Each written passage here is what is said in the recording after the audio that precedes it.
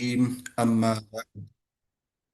ربي يسر ولا تعسر وتمم بالخير.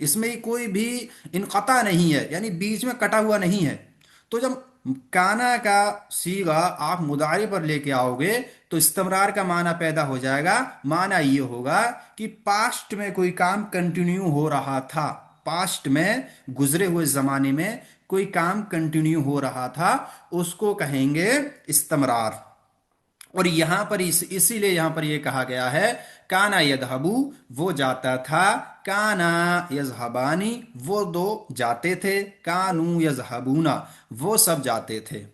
اب مضارع پر کانا کا جو صیغہ ہم لے کے آئیں گے، یعنی کانا کی گردان ہے، جیسا کہ ہم نے اوپر دیکھا یہ پوری گردان ہے، تو اگر اس گردان میں سے کسی بھی صیغے کو ہم مضارع پر لے کے آئیں گے تو ماضی کا ہی صیغہ استعمال ہوگا، یعنی کانا کا جو صیغہ ہے وہ ماضی کا ہی آئے گا۔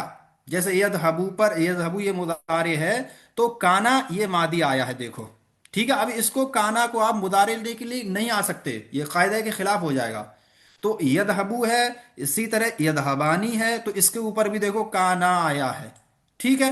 اسی طرح دیکھو یذہبونا ہے تو اس کے اوپر دیکھو کانو آیا ہے، یہ ماضی کے ہی صیغے ہیں، اس کو یاد رکھیے، ایک قاعدہ ہے یہ۔ قاعدہ کیا ہے کہ مضارع پر کانے کا صیغہ، جو کانا کا جو صیغہ ہے وہ ماضی کا ہی آئے گا، مضارع پر کانا کا صیغہ ماضی کا ہی آئے گا، یہ قاعدہ یاد رکھیے گا۔ اب یہ آپ کا ہوم ورک ہے، آگے ہم ابھی دیکھیں گے لیکن آپ کو ہوم ورک بتا دیتا ہوں۔ جیسے جلسہ طلبہ کتبہ سے قد لگا کر پوری گردان کرو، یہ آپ کو گھر سے گردان کر کے لے کے آنی ہے، بس اس کے آگے قد لگانا ہے آپ کو۔ اسی طرح نصرہ فتح دخلا سے کانا لگا کر پوری گردان کرو، یہ بھی آپ کا ہوم ورک ہے۔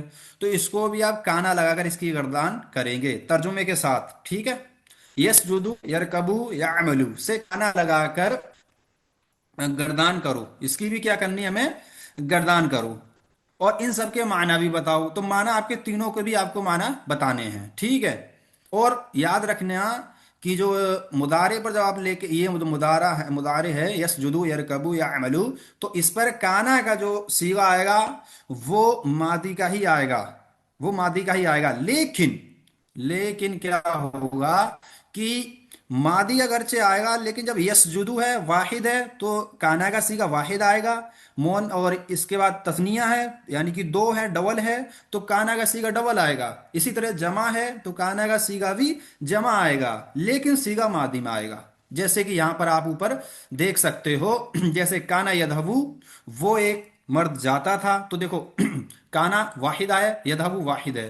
کانا یدھبانی، وہ دو جاتے تھے۔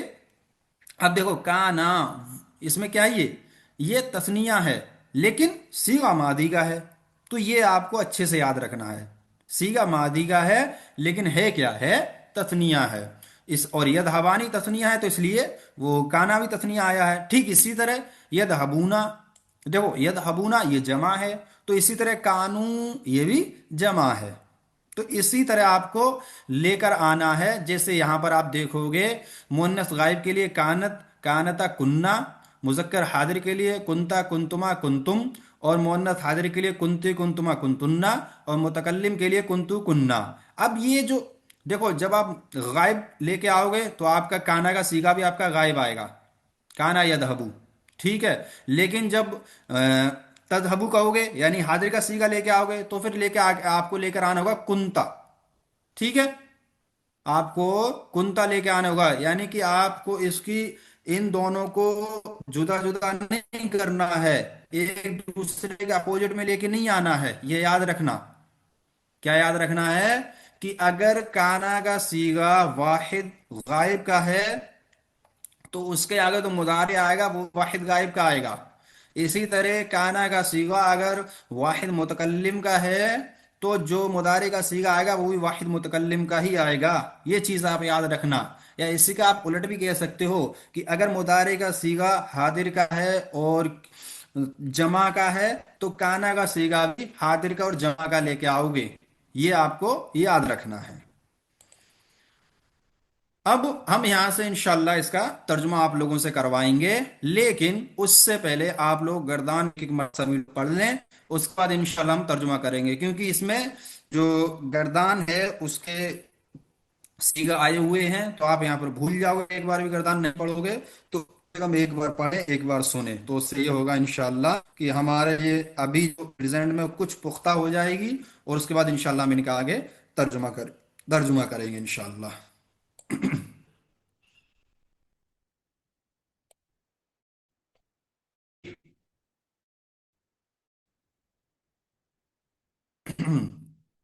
یہاں سے شروع کریں۔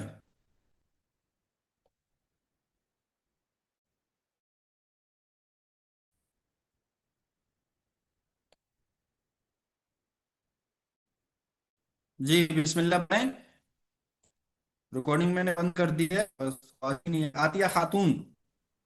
جی السلام علیکم ورحمۃ اللہ وبرکاتہ۔ نعم۔ جی شروع کریں۔ کہاں سے پڑھنا ہے شیخ؟ تسلیم نہیں آ رہی؟ گردان